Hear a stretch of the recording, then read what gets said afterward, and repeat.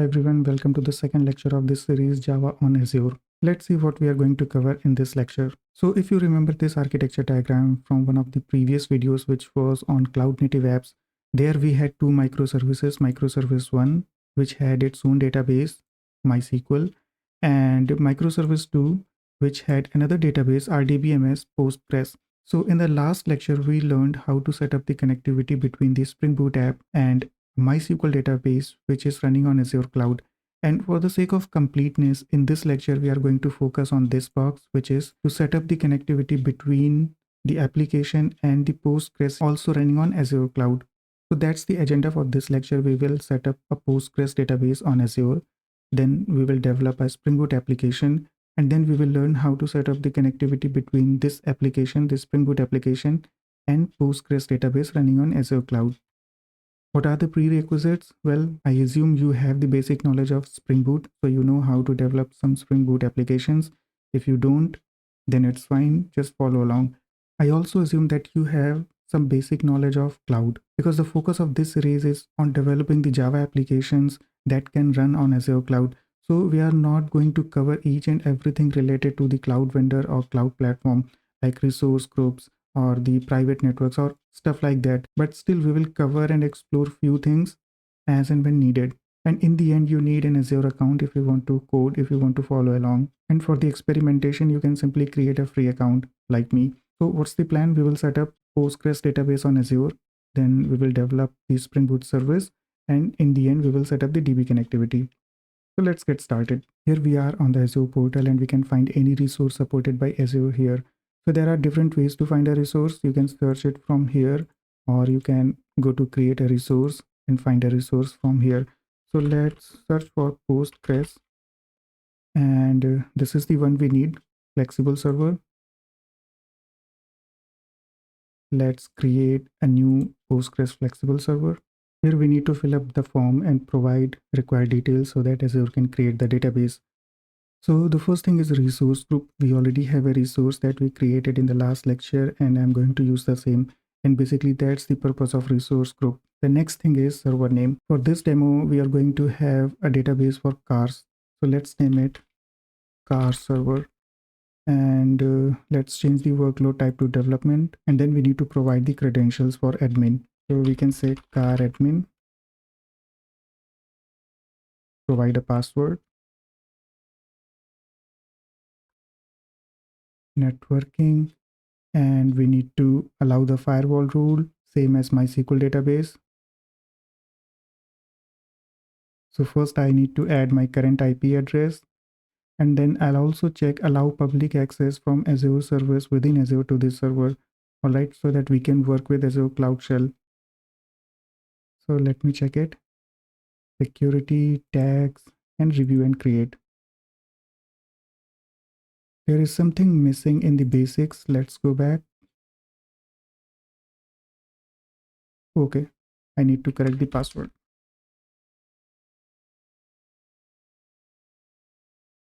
And it's fine now. Hit create. This will now create the database server for Postgres. It might take some minutes. So let me come back once it's available. So we have the database server created. Let's go to the resource. And same as the MySQL database server, you can find all the related details here. Resource group, the server name, the configuration, and everything. We need to go to the databases and we'll create a new one. Let's name it CarDB. And this will now create a new database, CarDB. This database is now created, and if we go to the connect, this will open an Azure Cloud Shell that we have already seen in the last lecture for MySQL. I need to provide the password for my admin user, and we are connected. The next step is to create the table. So let me paste the create table command, and we are creating a new table for cars. This table has 4 columns: ID, which is the primary key, brand, model, and year. Hit enter, and it created a new table. And this table is empty right now. All right. And if we go to the connect tab, same as MySQL server. In the last lecture, we can find all the details, how to connect it from browser or pgbench. Similarly, connect from your app. So we can find the JDBC connection URL from here. So we have successfully created the database server and created a database and a single table in that database. The next step is to set up the Spring Boot project. To do that, we'll go to Spring Initializer. And here we have some details from the last lecture. So let's change it. This is going to be car service. We can change it to main. And what are the dependencies this time? We need Spring Web, but instead of MySQL, we need Postgres. And this time, instead of JDBC, we will use JPA. So let's add Spring Data JPA, generate the project and open the project with IntelliJ. So here we have extracted the project and let's open this with IntelliJ. I think it has downloaded all the dependencies. Let's check out the pom.xml. And here we have Spring Boot Starter Data JPA, Web, Cloud Starter, and Starter JDBC PostgreSQL, and also the driver. Okay, it looks fine to me, and we can add any missing dependency when we find one. And if you go to this Azure folder, there is nothing as of now. And if you go to the Azure Explorer, which is coming from the toolkit, here we can find some resources. So let's check this one, the one that we created. And we see the car server is ready. This is the same Postgres server that we created. Okay, so let's go to the project and we'll go to the application.properties file.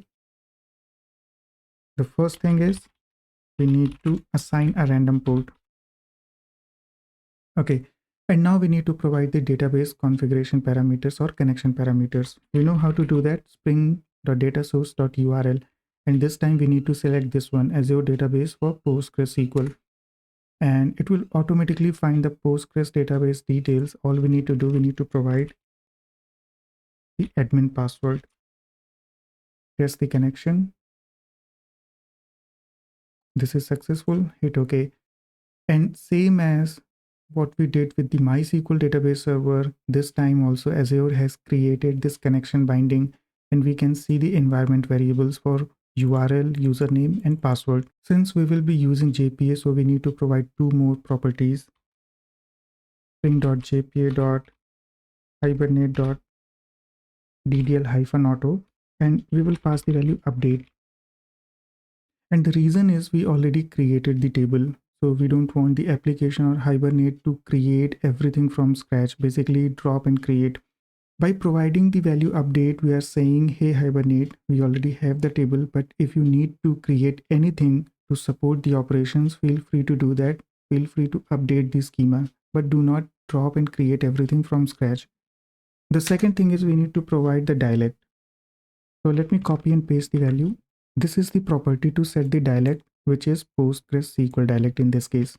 Let's move on and add the controller.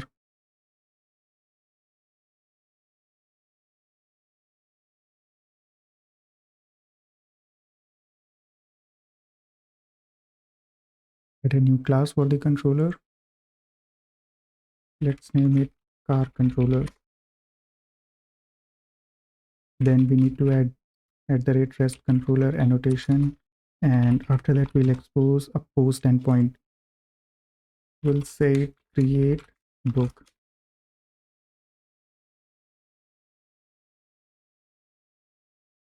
Accept the content using request body, car, and car.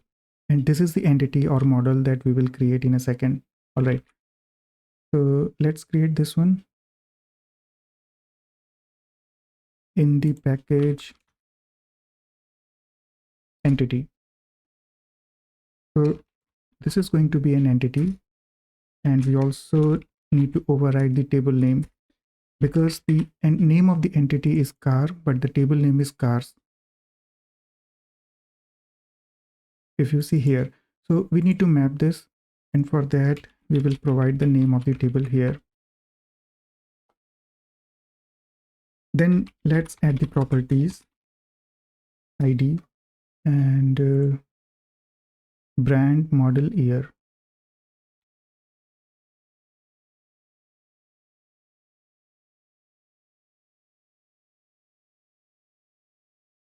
and year, which is integer. Okay, add the getters and setters and constructors and everything. So no default, so no argument constructor. And because we are not going to set or create the object explicitly or manually, so let's not add the all argument constructor for this one, but instead we'll add getters and setters equals and hash code,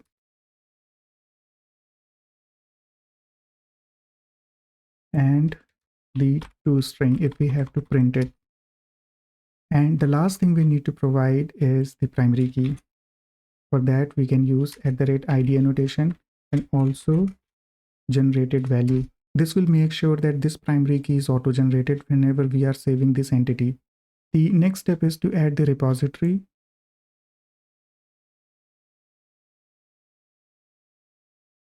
And that's going to be an interface. This one. And this will extend the JPA repository. And there are two type parameters required. The first one is the entity type, which is car in this case. And the second type parameter is the data type of primary key, which is long. And that's it. So we have the controller, we have the entity, and we have the repository. This is giving an error. Let's correct it. Cannot find method value. So I think I'm missing a parameter here, name. Okay. Let's go back to the controller. In order to save the car entity, we need repository, and we will auto var it like this.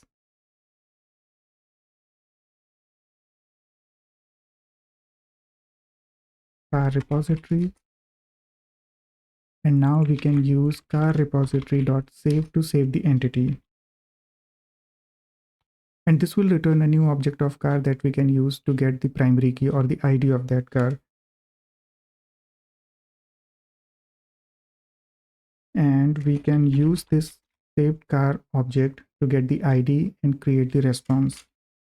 So following the same pattern, we will return a response entity.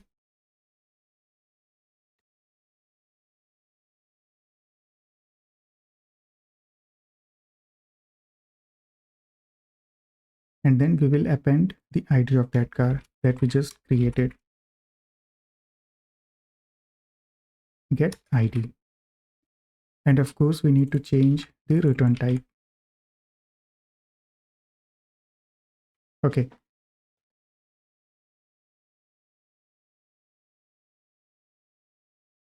Yeah, this must be Spring. All right, so we have everything that we need. We have the controller, which is exposing a post endpoint, and we have the repository and the entity. Let's now start the server and test the call.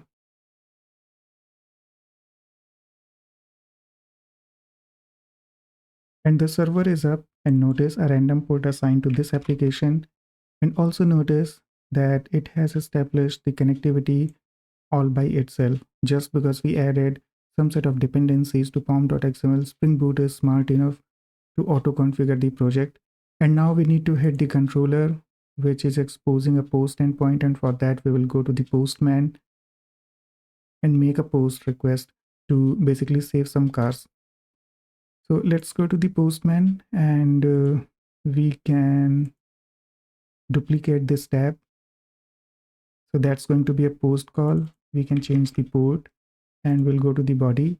Instead of title author details, which was for books, we need to provide the details specific to car. So let's verify this one. We need brand, model, and year.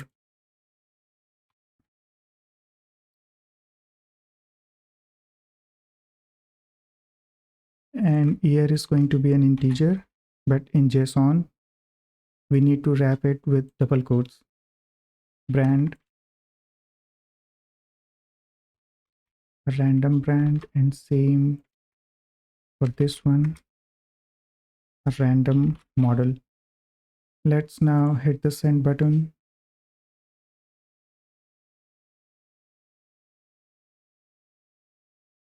So we see the response that car with ID1 created successfully. That means we successfully inserted the data in the Postgres database. And we can verify the same thing from Azure as well. So if you go to the Azure portal and rerun the same select star, we should be able to see the data since we got the success response, but somehow we see 0 rows. Let's check if something went wrong. In the application, we don't see any error. That means the record was inserted, but somehow we don't see it in the database. And if we check the application.properties, let's check the connection binding. Here we have the environment variables, and let me check the URL. Oh, so we selected the wrong database. It must be CarDB. Let's correct this one so we can remove this resource connection. And if you go to application.properties, let me create a new one from scratch. So we'll select again as your database for PostgreSQL. And this time we should select the correct DB, which is CarDB and CarAdmin. Okay.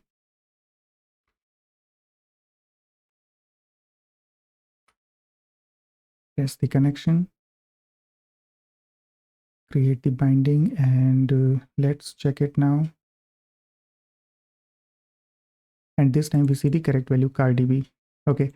So let's restart the application and recheck everything. So the server is up. Let's copy the new port, go to the postman, replace the port, and hit the same request. And this time we see the correct output. Car with ID1 was created successfully. And let's go back to the Azure Cloud Shell, re-trigger the same select clause, and now we see the correct value, the correct record inserted in this database. And similarly, how do we read the data? We can expose a get mapping method, a get endpoint in the same controller, and then using the repository, we can simply read all the records and return those records as part of the response. Important thing is, in this case, the database is running on Azure Cloud. In the last lecture, it was MySQL, and in this case, it is Postgres. Although these two are different databases, but the process is same. We need to simply create the database server on Azure Cloud, and we need to pass the connection parameters in the application.properties. That's it. Everything else will be taken care of by the Spring framework. So we simply provided the properties same as any other Spring Data project or any other Spring Boot project. So in this lecture, we successfully created a service which is working with Postgres database running on Azure Cloud. And if you go to the architecture diagram, we completed these two boxes. All right, that's it for now. See you in the next lecture. Thanks for watching.